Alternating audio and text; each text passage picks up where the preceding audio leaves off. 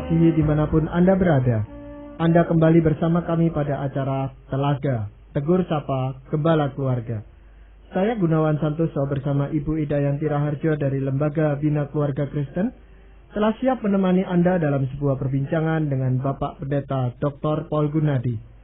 Beliau adalah seorang pakar dalam bidang konseling dan dosen di Seminari Alkitab Asia Tenggara, Malang. Kali ini kami akan melanjutkan perbincangan kami tentang pernak-pernik perjodohan. Kami percaya acara ini pasti akan sangat bermanfaat bagi kita sekalian, dan dari studio kami ucapkan selamat mengikuti.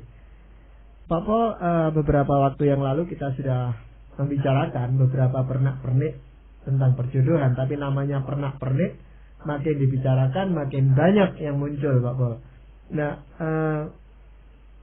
kelanjutan dari pembicaraan itu saya akan mulai dengan menyampaikan pertanyaan dari salah seorang pendengar kita, antara lain yang menanyakan pada masa pacaran itu atau menjelang pernikahan bahkan seseorang itu menjadi ragu-ragu apakah ini betul jodohnya gitu. Nah, hal yang seperti itu artinya keraguan yang muncul yang tadinya tidak ada, itu apakah merupakan suatu hal yang normal atau sebenarnya tidak boleh terjadi, Pak?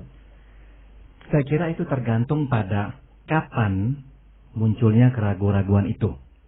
Seyogianya yang bagi saya lebih natural adalah pada waktu bertemu, pada awal-awal kita ini berpacaran, yang seringnya terjadi adalah tidak ada keraguan. Kita berpikir inilah jodoh kita, dialah yang paling cocok dengan kita, ini pasti kehendak Tuhan dan sebagainya. Namun, setelah melewati fase pertama itu, mungkin yang hanya berlangsung selama, katakanlah 6 bulan pertama. Seyogianya setelah itu, mereka mulai memasuki fase kedua. Fase kedua adalah fase justru timbul keraguan-raguan. Karena disitulah mereka mulai menemukan bahwa mereka tidak sama dengan pasangan mereka dan pasangan mereka tidak selalu bisa mengerti diri mereka. Nah, pada saat itu keraguan-raguan biasanya muncul dan itu hal yang baik. Ini adalah hal yang justru kita harus terima sebagai bagian dari suatu masa berpacaran yang sehat. Namun, kalau ini hubungan yang memang akan kuat dan harmonis, seyogianya mereka mulai dapat menyelesaikan perbedaan-perbedaan tersebut. Sehingga pada waktu memasuki fase ketiga, mereka justru merasakan banyak kecocokan. Sehingga pada masa ini, yang saya panggil ini, masa ketiga ini kira-kira antara 6 bulan sampai setahun sebelum pernikahan. Seharusnya mereka justru merasa damai dan lebih banyak tentramnya daripada keraguan-raguan atau lebih banyak pertanyaan, apakah ini pasangan yang untuk saya atau bukan. Baru memasuki pernikahan. Dengan kata lain, tergantung kapan munculnya keraguan-raguan itu. Kalau dari awal muncul, fase kedua muncul, fase ketiga bisa akhirnya lepas dan tentram, itu lebih aman. Tapi yang cilaka adalah fase pertama, fase kedua misalnya nggak ada keraguan-raguan. Fase ketiga sebelum menikah penuh keraguan-raguan. Saya bisa menyimpulkan mereka belum siap menikah. Apakah jodoh mereka, apakah mereka cocok? Tidak tahu pasti. Tapi yang pasti adalah mereka belum siap menikah pada saat itu. Dalam seyogianya kira-kira 6 bulan atau sampai setahun sebelum pernikahan, justru mereka merasakan mantap, tidak ragu-ragu. Tapi sekali lagi harus didahului oleh fase ragu-ragu itu. Mempertanyakan karena munculnya perbedaan-perbedaan. Kalau perbedaan tidak muncul sama sekali, saya cenderung skeptik ya. Cenderung saya mempertanyakan, kenapa kok nggak muncul? Apakah terlalu disembunyikan sehingga nggak terbuka antara satu sama lain? Ataukah kalaupun muncul dihindarkan sehingga nggak pernah diselesaikan? Atau membutakan mata atau apa? Jadi saya cenderung mempertanyakan kalau tidak ada sama sekali keraguan-raguan. Begitu. Kalau Pak Paul tadi sebutkan fase-fase seperti itu, Pak Paul ya. Yang sering kali terjadi kan masa pacaran itu tidak selama yang seperti Pak Paul katakan tadi fase-fasenya. Itu sebabnya saya memang berasumsi ya, tersirat dalam perkataan tadi, masa berpacaran jangan terlalu cepat. Meskipun jangan terlalu lama. Misalkan saya selalu berkata, kalaupun mau minimum, orang itu berpacaran nggak boleh kurang dari setahun. Tapi itu pun setahun bagi saya terus terang ya, terlalu singkat. Yang ideal menurut saya orang berpacaran itu sekurang-kurangnya 2 tahun. Sampai kira-kira 3 tahun atau 4 tahun. Tapi jangan berpacaran terlalu lama sampai 15 tahun misalnya. 5 tahun kan sudah ideal. Iya, sampai kira-kira 5 tahun itu baik. Ya. Papa, apakah sebagai anak Tuhan tuh boleh berganti-ganti pacar? Pertanyaan ini memang sudah dijawab ya. Apakah boleh kita ini berganti pacar sebagai anak Tuhan? Nah, otomatis kalau berganti-ganti terlalu sering tidak baik.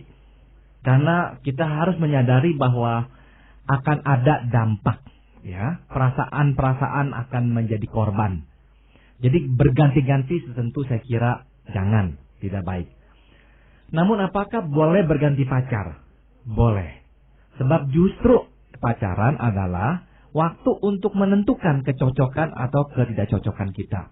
Jadi jangan sampai kita diikat secara tidak perlu gara-gara sudah berpacaran 1 kali dengan orang ini. Nah, kita harus bertanggung jawab. Kita harus menikah dengan dia. Enggak. Saya percaya kita harus mempunyai pikiran. Waktu kita berpacaran, kita memang mau menjalankan hubungan ini sampai ke mahligai pernikahan. Jadi jangan sampai orang berpacaran dengan pikiran, oh saya mau main-main aja, coba-coba aja. Oh jangan. Sebab kita sedang berhubungan dengan orang, dengan manusia.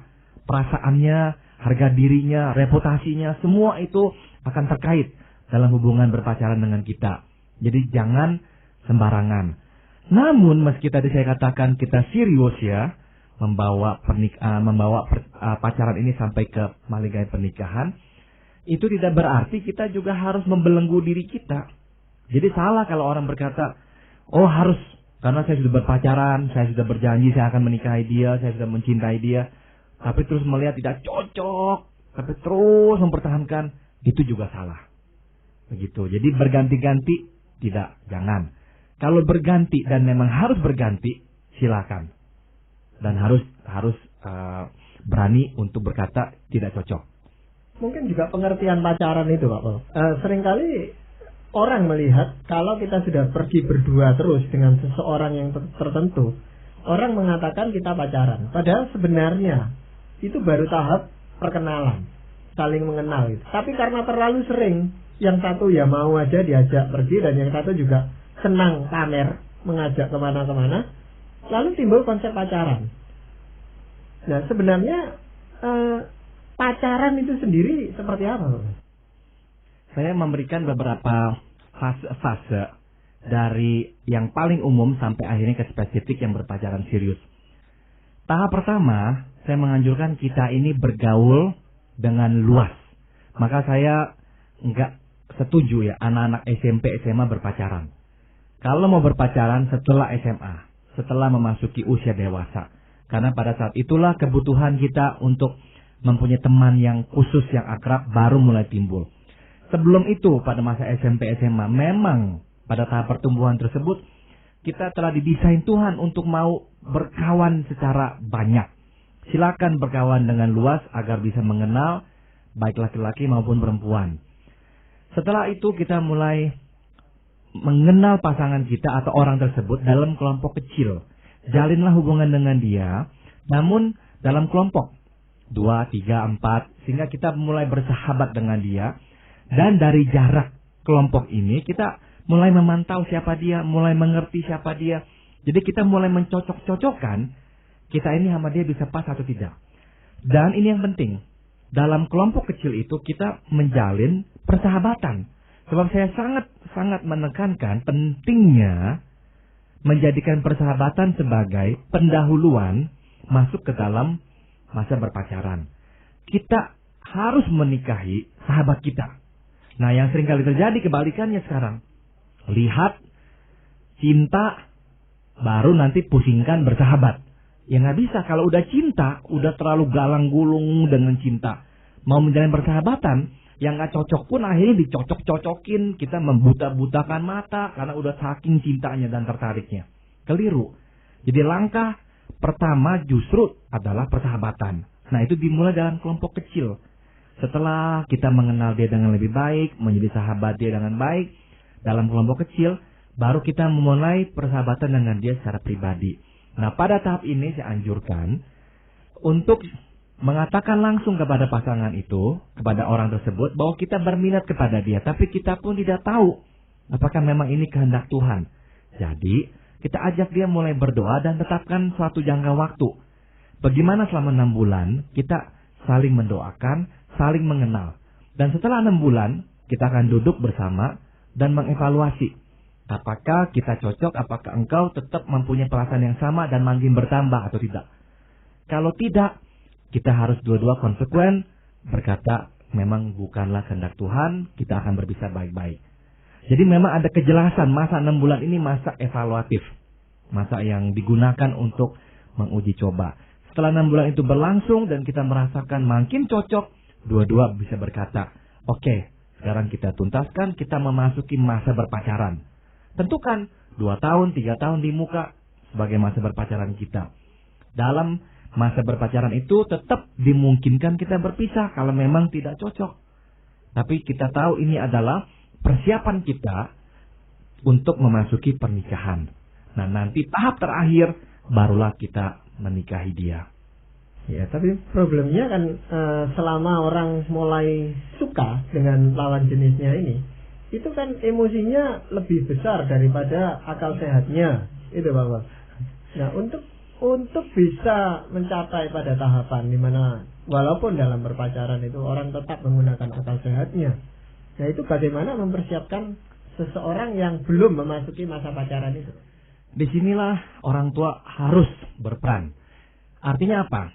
Sejak kecil orang tua sesungguhnya sudah harus mulai menanamkan benih-benih kriteria yang baik.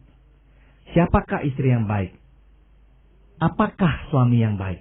Nah, kriteria-kriteria itu kita sudah harus mulai tanamkan pada diri anak kita. Kita akan katakan kita mau mereka menikahi sesama orang yang percaya. Sesama orang yang dalam Tuhan Yesus. Inilah orang yang cocok. Inilah orang yang baik. Dan sebagainya. Kita mulai tanamkan hal seperti itu. Sehingga anak-anak dari kecil mulai mempunyai konsep. Yang saya inginkan adalah yang seperti ini. Begitu. Nah, itu menolong sekali. Waktu dia sudah dewasa dan dia mulai mendekati atau didekati oleh seseorang, tidak bisa tidak kriterianya itu yang telah tertanam akan dihidupkan. Namun kalau Pak Gunawan bertanya, tapi apakah mungkin anak-anak yang kita telah perlengkapi seperti itu, namun bisa akhirnya lupa sewaktu bertemu dengan yang dia sukai? Itu pun bisa dan memang terjadi. Bisa buta. Betul sekali. Kecenderungannya mungkin bukan buta, Pak, tetapi pengaruh-pengaruh lingkungan yang dia terima dari temannya, kehidupan di luar yang dia lihat, itu membuat dia bingung sebenarnya, Pak. Iya. Tetapi tidak sempat atau tidak mau bertanya kepada orang tuanya, lalu dia mengambil kesimpulan sendiri bahwa ini yang terbaik buat dia. Betul.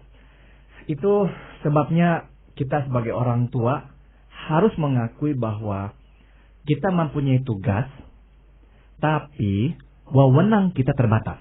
Ini kita harus sadari. Tugas kita orang tua adalah memberikan dan menanamkan benih-benih itu. Namun orang tua mesti akhirnya sampai pada satu kesadaran bahwa wewenangnya terbatas.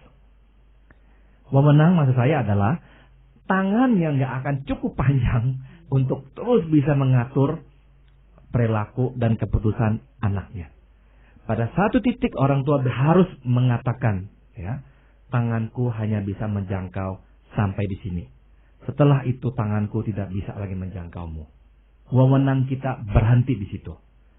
Nah, pada waktu wewenang kita berhenti, anak memang mempunyai kebebasan memilih sesuai dengan yang dia kehendaki, dan ada kalanya dia memilih orang yang tidak sesuai, yang keliru. Ya, Pak Paul tadi katakan jangkauan orang tua itu terbatas ya, tetapi kenyataannya di dalam pernikahan seringkali campur tangan orang tua itu besar sekali, Pak Paul, untuk meneruskan pacaran itu sampai ke pernikahan atau membatalkannya. Nah sebenarnya bagaimana hal itu ditinjau dari segi kekristenan? Saya percaya bahwa kita bertugas memberikan didikan, memberikan penjelasan, memberikan pengarahan. Namun keputusan terakhir memang di tangan anak kita. Karena mereka adalah orang yang dewasa. Jadi waktu anak kita mengambil keputusan yang sangat bertentangan dengan kehendak kita, dan kita tahu itu bertentangan juga dengan kehendak Tuhan, saya rasa kita dan Tuhan dua-dua akan bersedih hati. Namun kita terpaksa harus juga bersikap seperti Tuhan, yaitu membiarkan. Sebab ini nanti adalah hidupnya dan tanggung jawab akan ada pada pundaknya. Ya itu kalau ditinjau dari segi orang tua. Sekarang kalau kita tinjau dari segi anaknya, Pak Pol ya. Nah, anak itu seringkali juga diteror oleh lingkungannya yang mengatakan, loh itu permintaan ayahmu atau ibumu yang sudah tua seperti itu, masa kamu tidak mau memenuhi permintaan itu? Apa sulitnya? Misalnya justru orang tua ini bukan memutuskan tapi menjodohkan dengan seseorang lain yang tidak pas, yang dia merasa tidak pas ini gitu loh. Tetapi demi menuruti orang tuanya, menghormati orang tuanya, dia jalani aja. Sebisanya sih ya, saya ini nggak bisa terlalu dogmatik dalam hal ini ya. Tapi saya ya menghimbau sebisanya anak itu mengambil keputusan tidak semata-mata didasari atas permintaan orang tua. Dia harus juga memikirkan masa depannya. Apakah memang cocok? Tapi sekali lagi saya mau gariskan, ini dalam rambu-rambu Kristiani ya. Jadi nggak bisa anak berkata, saya mau menikahi orang ini, tidak cocok dengan saya dan juga bukan seiman. Ya enggak. Tapi yang saya maksud misalnya memang orang ini nggak cocok, nggak sesuai, tapi orang tua terus bersikeras. Kita harus menikahi orang itu karena utang budi lah atau apa. Saya kira anak seharusnya tetap berkata tidak. Karena nanti yang akan menanggung resiko pernikahan ini bukan orang tua, tapi si anak. Begitu. Juga sebaliknya Pak Pol. Kalau anak itu sering juga diteror oleh teman-teman sekelilingnya. Kalau orang tuanya melarang, seringkali juga lingkungan yang memaksa. Bisa. Bukan anak mama, gitu kan? Bisa. Ya, Bisa. gitu. Betul. Jadi ada kalanya memang ya kemandirian itu kalau tidak terwujud dengan penuh tanggung jawab akan melencengi jauh sekali karena dipengaruhi oleh lingkungan. Gitu. Iya. Memang masih ada sisa-sisa tempo dulu mungkin Pak Pol yang orang tua selalu berkatakan papa dan mama dulu juga dijodohkan. Dijodohkan oleh kakek nenekmu gitu ya. Betul. Nah, toh ternyata ini bisa harmonis. Kenapa tidak mau coba nih permintaan ini? Saya akan balikan pertanyaan itu atau komentar tersebut dengan bertanya, kalau papa dan mama dulu diberikan dua pilihan, satu ditentukan, kedua menentukan sendiri jodoh, yang mana papa mama akan pilih? Ditentukan atau menentukan sendiri? Bukankah orang tua akan berkata, ya sebetulnya ya kalau bisa ingin menentukan sendiri? Begitu. Nah, sebenarnya Pak Pol di dalam hubungan ini yang tadi orang tua mencarikan jodoh dan tidak cocok gitu. Sebenarnya apakah memang ada itu tipe kepribadian yang memang tidak cocok gitu kalau mereka menikah gitu Pak Pol? Saya akan memberikan beberapa panduan karakteristik orang-orang yang cocok untuk menikah. Yang pertama adalah kita menikahi orang yang kita hormati. Jadi jangan sampai kita ini mau menikah dengan seseorang yang kita nggak hormati, kita nggak segani. Nah sebaliknya kita pun harus menjadi orang yang disegani, dihormati oleh pasangan kita. Kedua, kita menikahi orang yang kita percayai. Dia nggak akan menyerong, menipu kita. Nah kalau kita nggak mempunyai rasa percaya itu, jangan nikahi. Sebaliknya kita pun harus menjadi orang yang dipercayai oleh pasangan kita. Yang ketiga, kita harus menikahi orang yang kita cintai. Jadi orang itu memang layak dan dapat dicintai. Dalam bahasa Inggrisnya orang itu mempunyai karakteristik yang lovable, yang kita kagumi, yang membuat kita sayang kepada dia. Nah sebaliknya kita juga harus menjadi orang yang layak dicintai, yang lovable bagi pasangan kita. Berikutnya kita menikahi orang yang siap untuk meninggalkan kehidupan lajangnya. Artinya kita harus menikahi orang yang memang siap untuk terikat. Ada orang yang berkata saya siap menikah, tapi nggak siap mengakhiri hidup lajangnya, masih mau pergi sembarangan, malam baru pulang, dan nggak bisa ditegur oleh pasangannya, berkata ini hidup saya.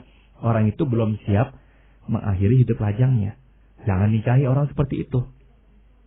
Berikutnya, kita menikahi orang yang siap berkeluarga. Artinya, kalau lajang tadi mengakhiri hidup lajang artinya siap menjadi suami dan istri, ini artinya siap menjadi seorang ayah atau ibu. Yang artinya apa? Orang yang siap menjadi ayah dan ibu, orang yang siap membagi dan mengorbankan hidupnya. Kalau orang pelit mengorbankan hidupnya, waktunya, dirinya untuk orang lain, dia belum siap menjadi ayah atau ibu. Dia belum siap berkeluarga. Jadi satu karakteristik yang penting dalam berkeluarga adalah itu, siap untuk mengorbankan diri. Jadi kita nikahi orang yang siap berkeluarga. Dan yang terakhir, kita menikahi orang yang fleksibel. Orang yang artinya bersedia menyesuaikan diri dengan perubahan. Jangan kita menikahi orang yang kaku, yang gak bersedia berubah, meskipun keadaan sudah menuntutnya. Dalam segala hal dia mengharapkan orang lain yang harus berubah sesuai dengan keadaan atau tuntutan dia. Nah, itu kita akan kesulitan menikah dengan orang yang tidak fleksibel. Jadi kita ingat-ingatlah panduan-panduan tersebut dalam memilih pasangan hidup kita. Kalau perbedaan karakteristik atau kepribadian seseorang seperti yang sanguin dengan yang melankolis, dan itu semuanya masih bisa cocok itu Pak Boleh? Semuanya masih bisa cocok, asalkan memang kita ini terima bahwa ada hal-hal yang kita akan sulit terima karena perbedaan itu. Tapi bisa dicocokkan, itu betul.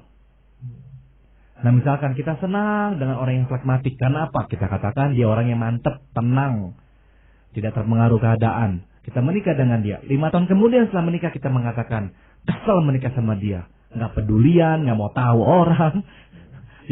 Jadi karakteristik yang kita kagumi, seringkali setelah menikah berubah menjadi karakteristik yang mengganggu atau menjengkelkan kita. Begitu. Iya. Nah Pak Paul, itu kan semua membutuhkan kematangan di dalam diri seseorang gitu ya. Nah, walaupun bukan sebuah pedoman yang mati, tetapi sebagai semacam pedoman gitu. Tadi Pak Paul katakan setelah SMA seseorang itu baiklah untuk mulai berpacaran dan sebagainya gitu Pak Paul ya. Yang kenyataannya sekarang kan lebih dini dari itu Pak Paul. Jadi misalnya SMP akhir gitu sudah mulai pacaran. Nah itu pengaruhnya sebenarnya di mana Pak? Kalau dia berpacaran pada usia yang dini, pertama-tama dia akan kehilangan kesempatan bergaul dengan lebih luas.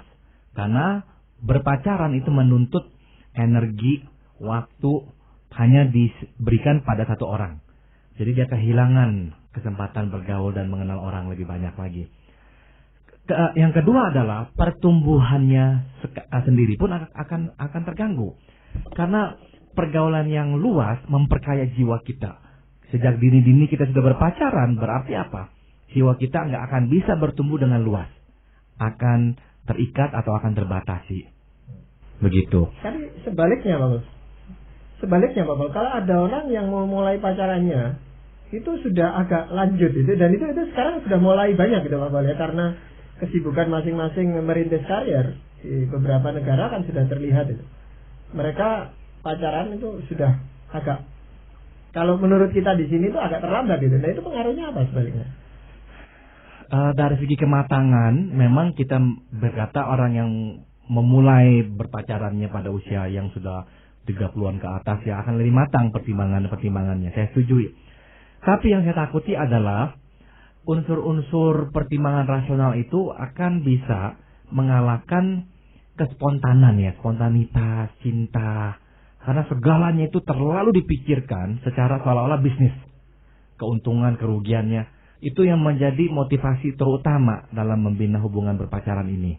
Jadi saya kira kalau terlalu tua juga nggak baik gitu. Iya. Memang ini menjadi masalah yang timbul karena lingkungan masing-masing juga Bapak. Jadi sebelum kita mengakhiri pembicaraan kita pada kali ini, mungkin Pak Paul akan sampaikan ayat firman Tuhan. Saya akan mengacu kepada yang tadi Pak Gunawan katakan ya, bahwa Ibu Ida juga tadi singgung, yaitu Ada kalanya anak-anak kita meskipun sudah tahu firman Tuhan, namun setelah tergila-gila dengan seseorang, akhirnya ya kehilanganlah pegangan yang sebetulnya dia sudah miliki. Firman Tuhan di Amsal 31 ayat 30 mengingatkan, kemolekan adalah bohong dan kecantikan adalah sia-sia. Tetapi istri yang takut akan Tuhan dipuji-puji. Saya boleh balik untuk yang pria di sini ya.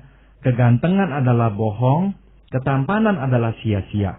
Tapi suami yang takut akan Tuhan dipuji-puji. Jadi sekali lagi jangan kita ini dibutakan oleh penampakan fisik. Jangan. Kita mesti pegang yang paling penting, yaitu carilah istri dan suami yang takut akan Tuhan.